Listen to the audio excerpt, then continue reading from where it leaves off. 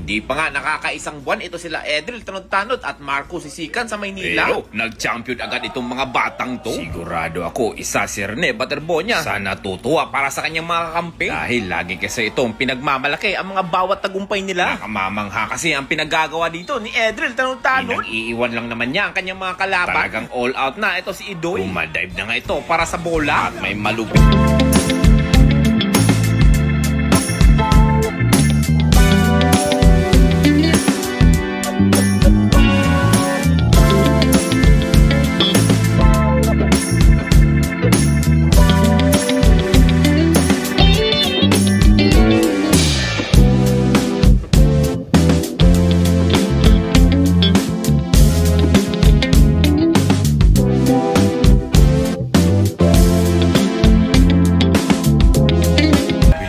Tanod ba? Nag-alimaw lang naman itong batang to.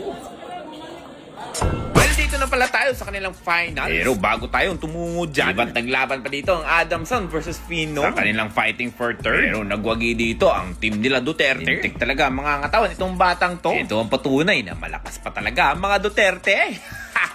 At dito naman tayo sa kanilang final. Lasal Green Hills versus University of Santo Tomas. By the way mga boss, sa mga nagtatanong kung ano itong liga na to, well, tinatawag lang naman ito na 10 Feet Invitational League. At abangan nyo sa mga taga Davao, magpapaliga din si 10 Feet dyan. Kaya stay tuned lang mga boss. By the way, sa laban kanina ng Lasal Green Hills versus UST, medyo natambakan nga dito mga taga Lasal. Umpisa pa lang kasi umarangkada na agad itong first fight. Talagang wala nang patawan. Lalo na't kumana dito si Edril Tanod-Tanod. Natawagan pa nga ito ng technical. Naramdaman na kasi ni Idoy ilang kayang-kaya niya ang kanyang mga kalaban. Kaso lang lumabas pa kasi ang dila nito. Kaya natawagan ng technical.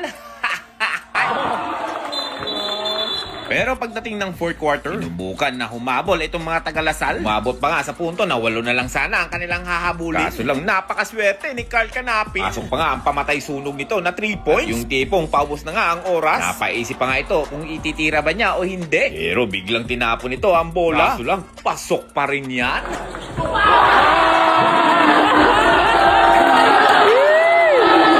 Kaya dahil dito, panalo ang mga taga-University of Santo Tomas. At naging best player si Idol. Kaya congrats sa inyo, mga bossing.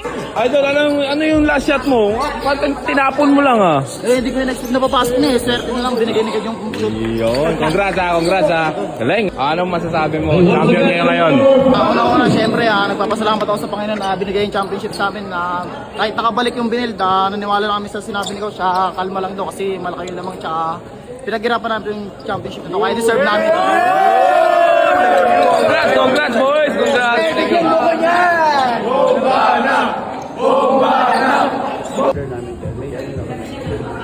Content oil, tsaka state square, tsaka samyang